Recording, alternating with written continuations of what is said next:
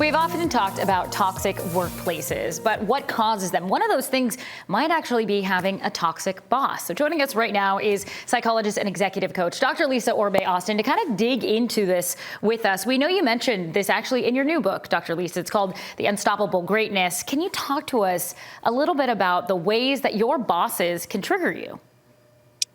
Yeah, I mean, your bosses are these authority figures that really hold significant power and sort of not only, your pay and promotion, but even the thoughts of your survival, your ability to hold a job. So they're the ways in which they interact with you and make you feel either incapable of or insecure about or having to overfunction are pretty impactful. And it can look a variety of ways. We often see this in perfectionistic bosses, insecure bosses that are uncomfortable in their own job title. So they're very worried about how you perform. Erratic bosses who show up in all kinds of random ways. You don't know how to show up for them every day.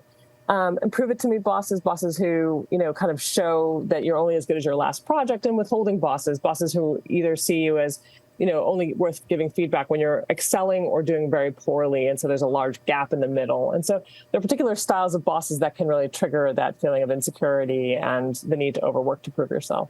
Yeah, well, we know one of the unhealthy ways of responding is actually overworking, but there are other ways that you can kind of get around this. What's the best way to respond to these kinds of situations if you find yourself with one of the bosses that you just mentioned? Yeah, I think one of the important pieces is you really have to learn to stop proving yourself and really figure out sort of what is the standard of work that would be acceptable to you and to the boss, and to find a way to do that without overfunctioning, and also the damage to your self-esteem around sort of their potential feedback. And sometimes you really have to learn not to take their feedback in, because their feedback can be very damaging and sometimes quite erroneous. And so I think it's really important to get some distance and emotional separation from that boss and really figure out what's happening and what is your strategy to manage that. What are some ways and some things to look out for? How do we spot a toxic boss? Yeah, well, I think, it can start as early as the interview process when you're asking questions like, how do you respond to mistake making? What do you see your role in the employee's growth as? How do you deal with feedback? How often do you deliver it? What is your style? And then often corroborating that information that they're giving you with your network. And so asking your network, what do they know about this manager? What do they know about working on this team? Because you want to make sure it's accurate. It's not just, stuff that's delivered in an interview. So you really want to examine sort of the leadership that you're dealing with as you walk into an environment. I think it's really important. We often don't do that enough. And finally, I have to ask, because we're talking about employees, of course, but what if you're a boss and you're listening to this and going, how can I tell if I'm a bad boss? Yeah, there are a lot of ways.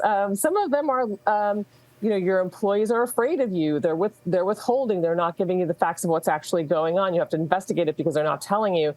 There's factions or fighting on your team, and people can't work well together.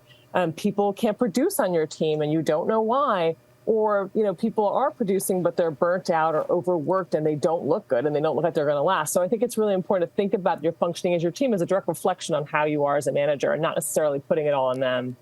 All right, Dr. Lisa, thank you so much for your time. As always, you guys find her on social media at Dr. Orbe-Austin. She also has, as I mentioned, a new book coming out in December. Congratulations to you. It's called Your Unstoppable Greatness.